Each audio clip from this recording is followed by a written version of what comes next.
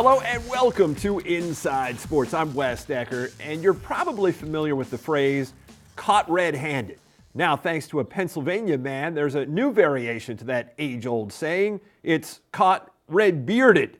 Seems that the PA State Police received a call reporting a missing pot of meatballs from a Wilkes-Barre residence last week.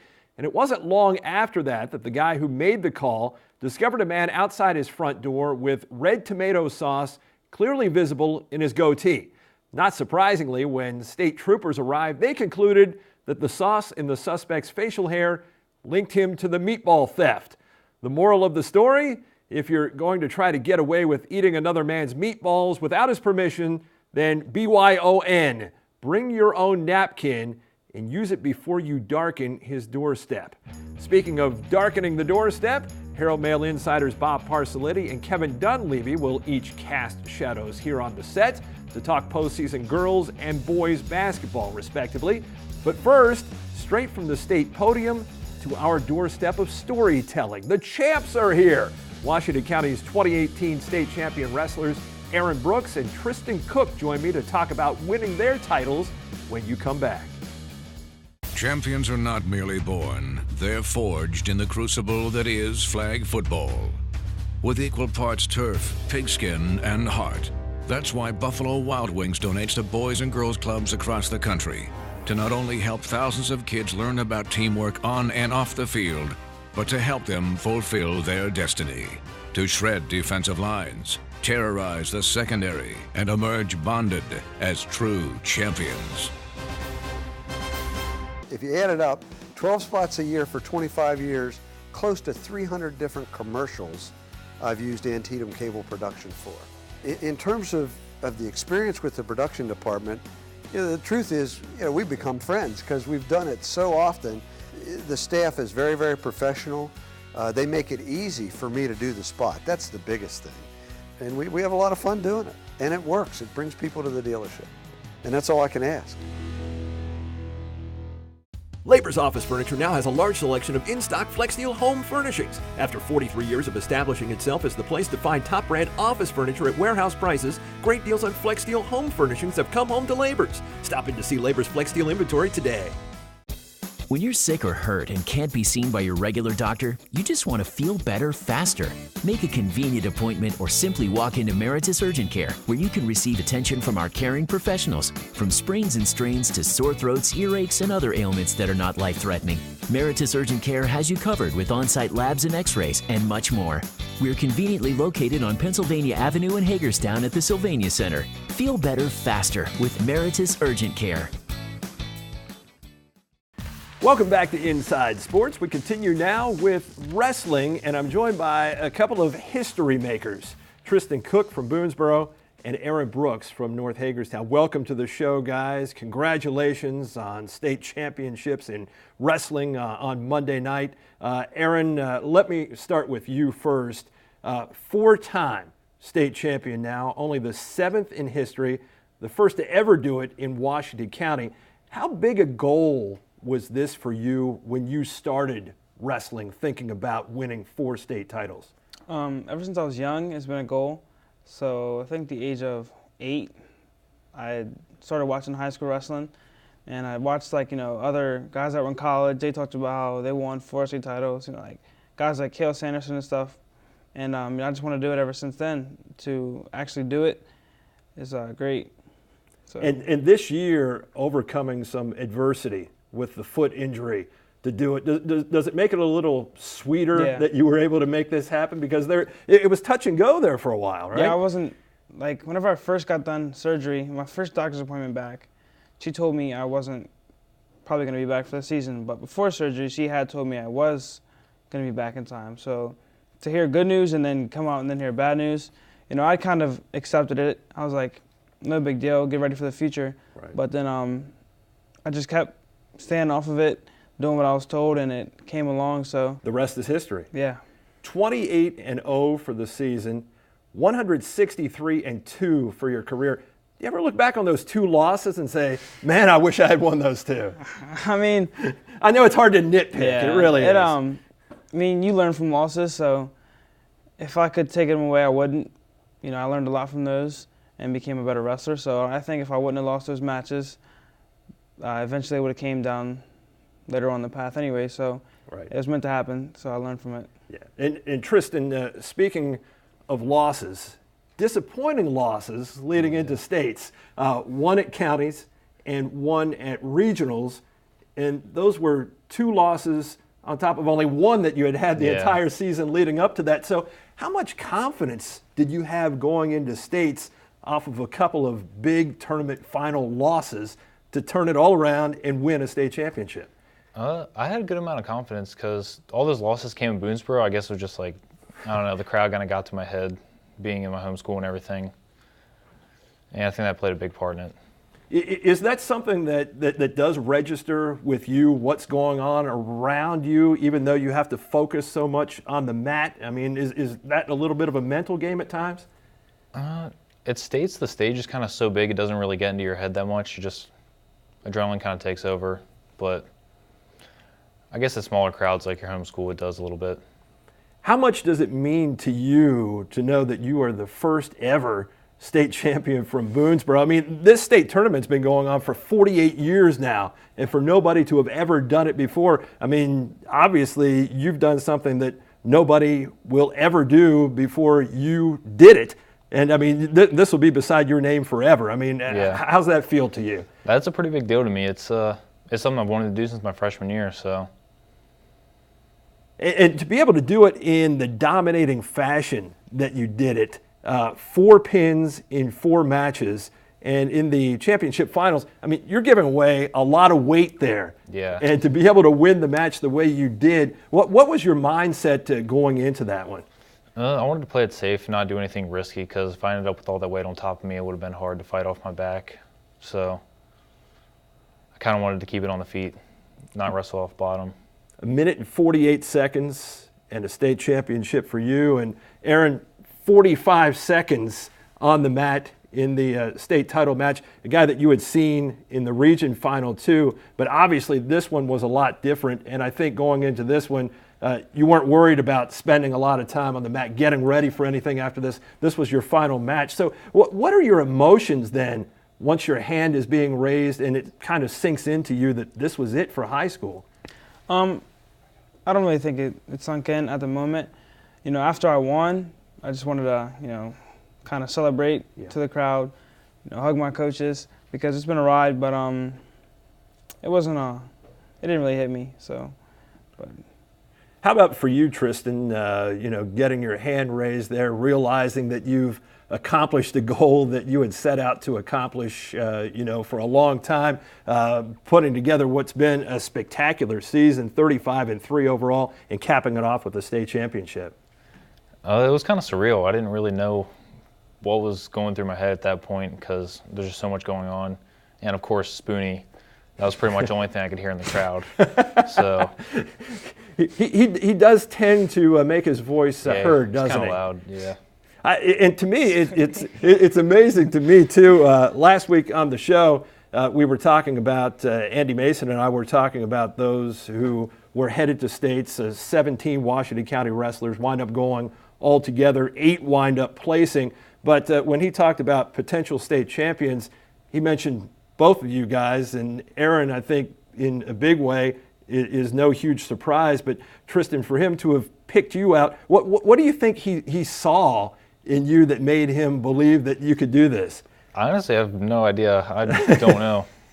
Yeah, I said, well, man, that's a pretty bold prediction, but I mean, he stuck to it. I mean, it was one of those things where he was like, this is going to happen. And then when you made it happen, I thought, I'm going to have to ask Andy about a lot of things down the road because there's some sort of clairvoyancy going on here. I mean, he's got it going. There's no doubt about that. Aaron, for you, you know, it's been an extraordinary ride.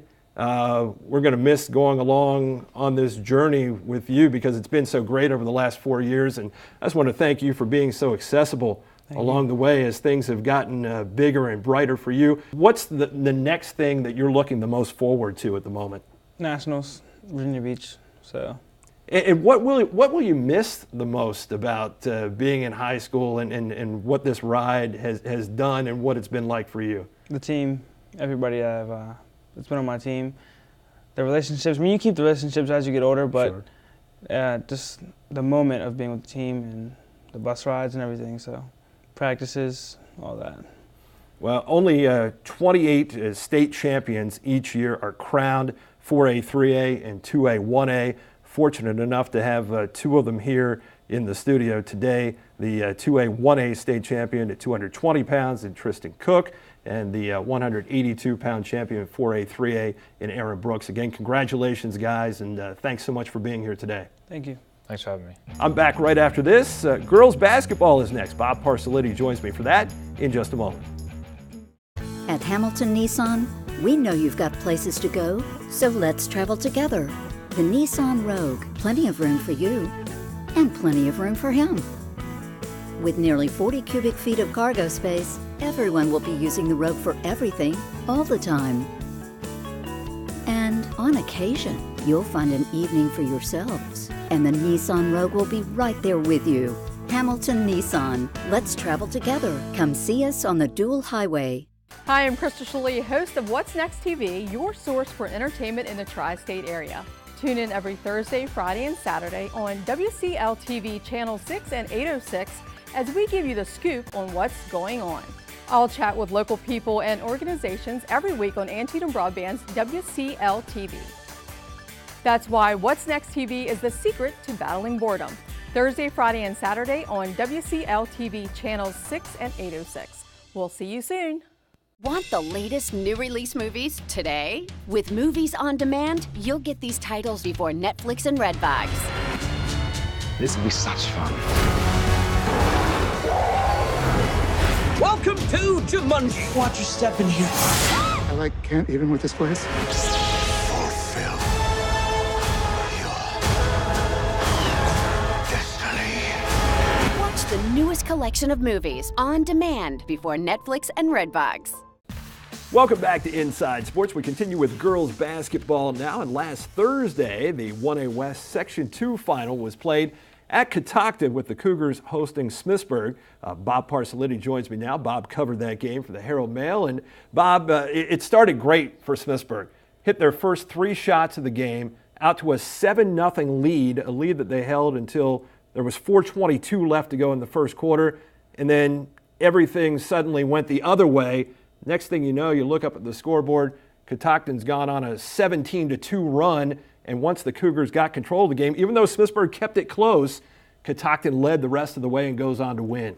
Well, for starters, Smithsburg did a lot with their press early on, and it just seemed like Catoctin didn't know what was coming. I think this is the 3rd time they played, so they should have known what was coming, but they played like they did. And I think it could have been nerves, it could have been whatever you want.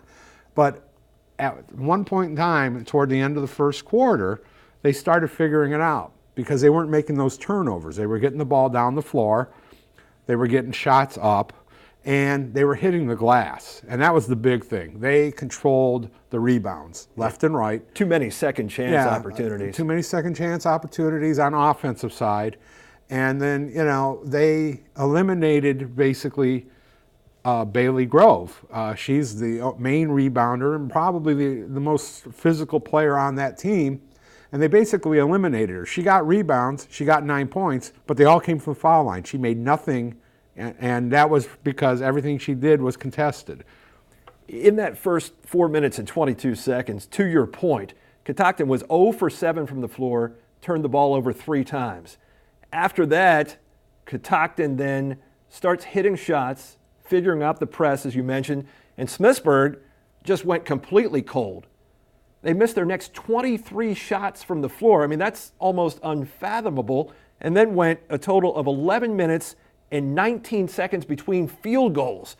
I mean, that's worse than just being cold. I mean, that's almost being dormant. But see, what happens there, too, is you eliminate Grove out of the middle, somebody that can, because, we've seen many a times where she's done the drop step, she's done got the ball and drove the lane and all that. They basically blanketed her, because every time she turned around, there was like 3 players there, blanketed her, took her out, and said, okay, beat us with the threes. Because that's what they want to do, but they said, beat us with the threes. And, what's the old saying? If you can go 33% from 3-point, it's like going 50 from 2. Well, they didn't even go 33%. They were just hitting everything, and all of a sudden that pressure started to come in because they couldn't answer. Well, Smithsburg didn't make a three-pointer until its 16th attempt of the game. They were 1 for 16 when Heather Barnes knocked down a three with 3 minutes to go in the first half. But amazingly, at halftime, Smithsburg was still in the game. It was only 18-15. Catoctin up by 3 at the break. And then Smithsburg cut it to 1 about halfway through the fourth quarter. But Catoctin then seemingly had the answer each time. They pushed it back to 4 after Smithsburg cutting it down to 1. And then Smithsburg able to get it down to 2 points on a Lexi Henderson layup. But then Catoctin came right back down with a minute to go, hit a three-pointer, and that essentially was the Yeah, that was essentially was it. I mean, it was to the point where Smithsburg was in damage control, basically, and they couldn't get the defensive stop. And again, a lot of that comes because there were so many players in the paint for Catoctin, and they knew they can crowd it. I mean, if you can get 3 girls in there and try to get rebounds, and they were getting them. I mean, they weren't making all the shots, but they were getting everything there. There was nothing that Smithsburg did to take away from that. If you look at the beginning of the game and that when you're talking about the 7-point lead, all those shots were in the paint. They were drives that things that Smithsburg hasn't normally done, you know. And then Catoctin took that away, and then you got what you got. Yeah, Catoctin taking control of that game and going on to win it 47-42 to end Smithsburg's season with a record of 10-15. So that closed out all of our public school teams and finished their seasons.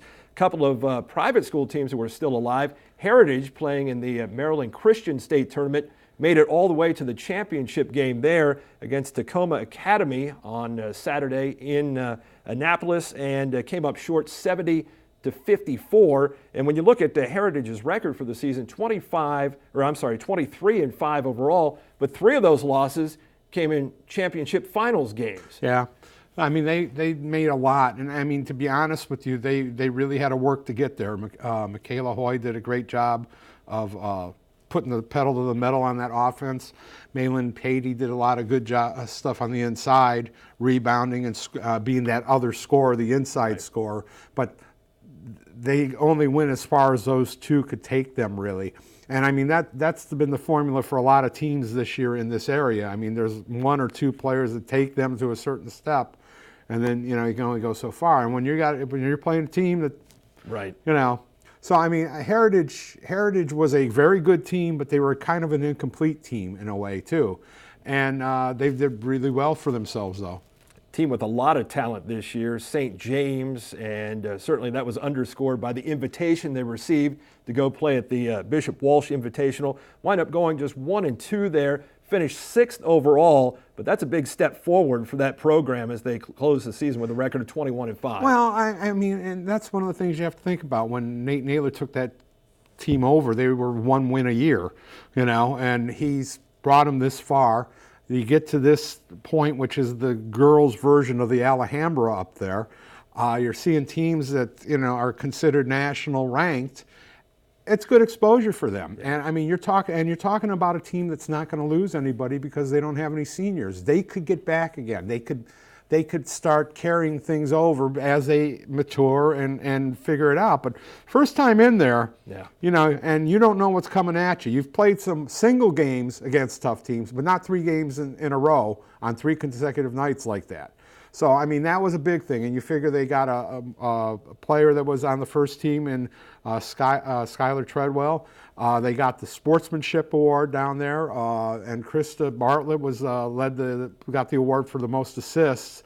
They did well. They just didn't have enough horses. Yeah, not bad for their first time there. And again, that's a major feather in the cap for St. James. So that wraps up girls basketball. Next week, the awards to give out here on the show. Bob, I'll see you back then. I'll be here. I'll be back right after this. Boys basketball, a postseason discussion with Kevin Dunleavy right after this.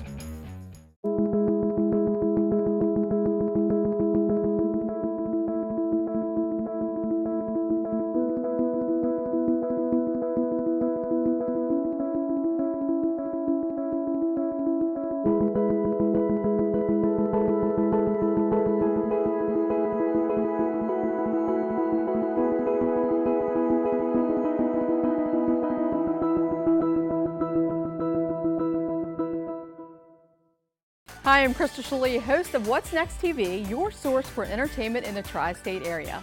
Tune in every Thursday, Friday, and Saturday on WCL-TV Channel 6 and 806 as we give you the scoop on what's going on. I'll chat with local people and organizations every week on Antietam Broadband's WCL-TV. That's why What's Next TV is the secret to battling boredom.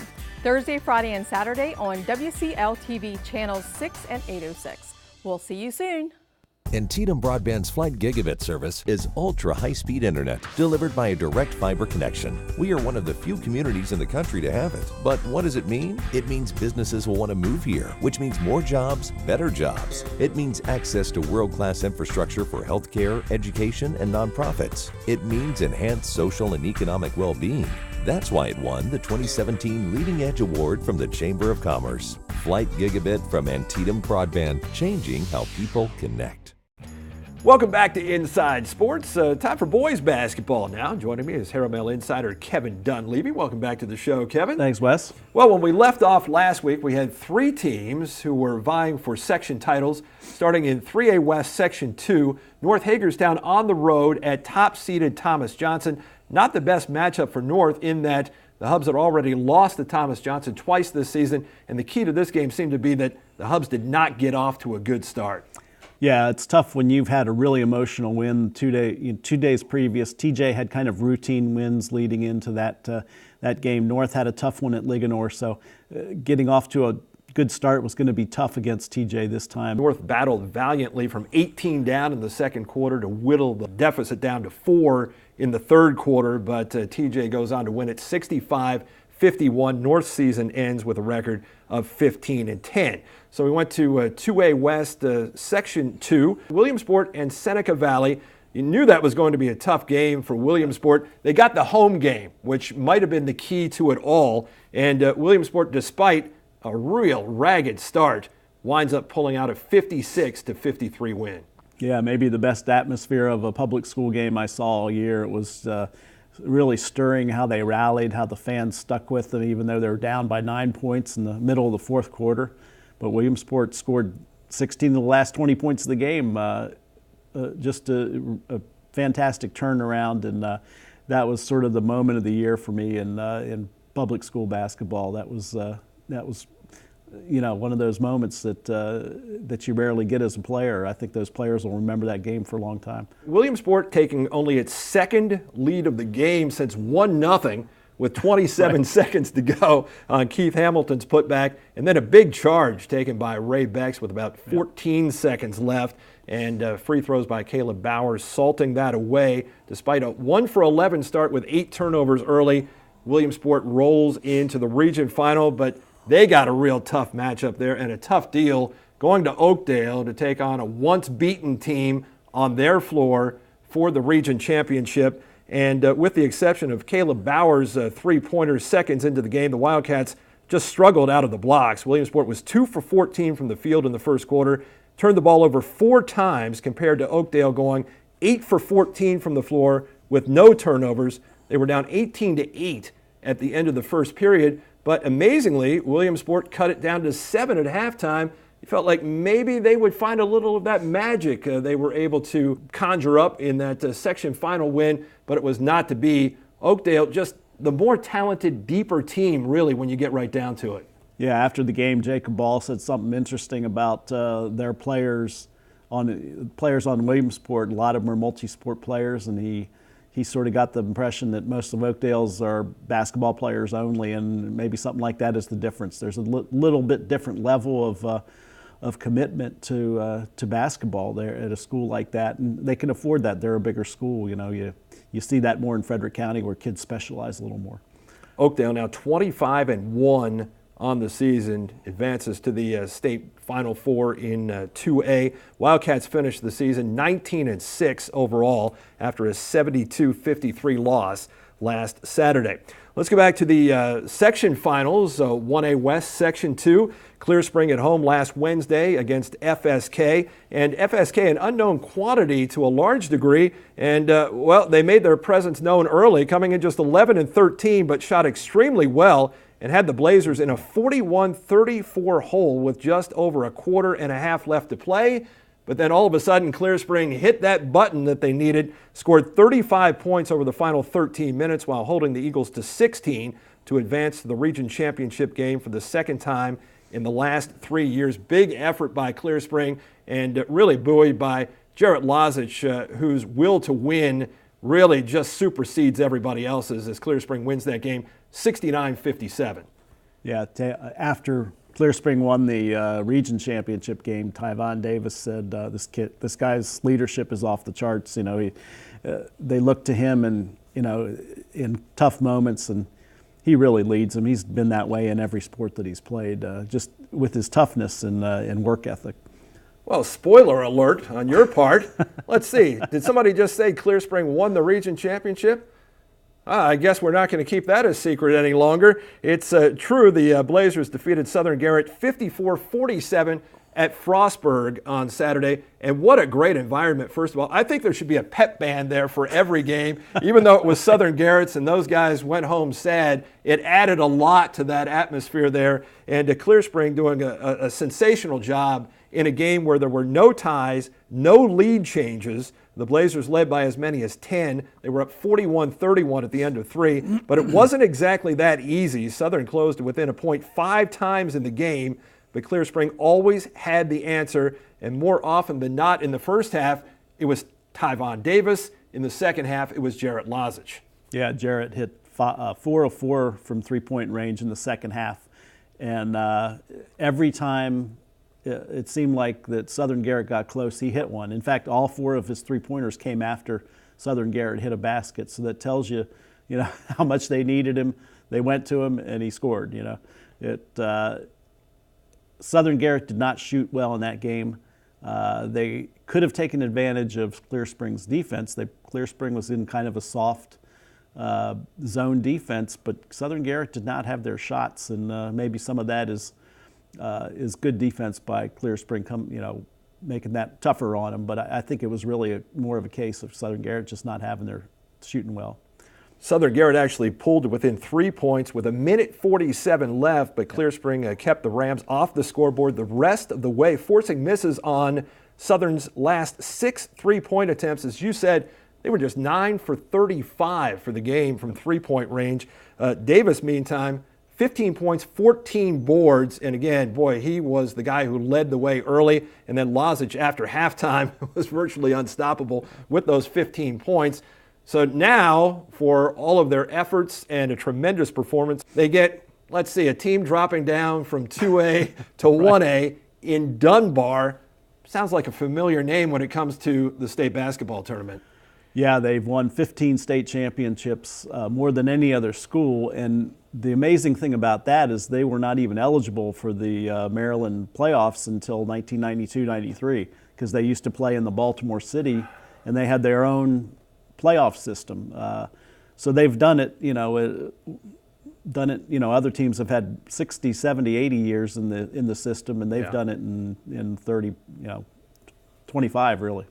So. But for Clear Spring, second appearance in the last 3 years, and they had never done it before that. Yeah, so they've got that's the one advantage they have on Dunbar. Dunbar hasn't been there since 2013 to College Park, and Clear Spring has that little bit of advantage on them, although when they got there 2 years ago, they were up against a really quick team, and it's going to be a similar matchup this time. That team was Pocomoke.